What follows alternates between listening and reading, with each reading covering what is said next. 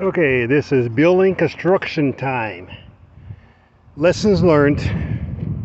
Count all your pieces and sort them before you start erecting the building. This is one of those Quonset hut style buildings that I'm going to use for a carport. We wasted a lot of time this morning because we had the two of the wrong pieces connected together. We didn't put the overlap correctly so the water won't leak in. We have to fix that. But outside of that, it's a simple, straightforward construction like a big puzzle. Just take your time.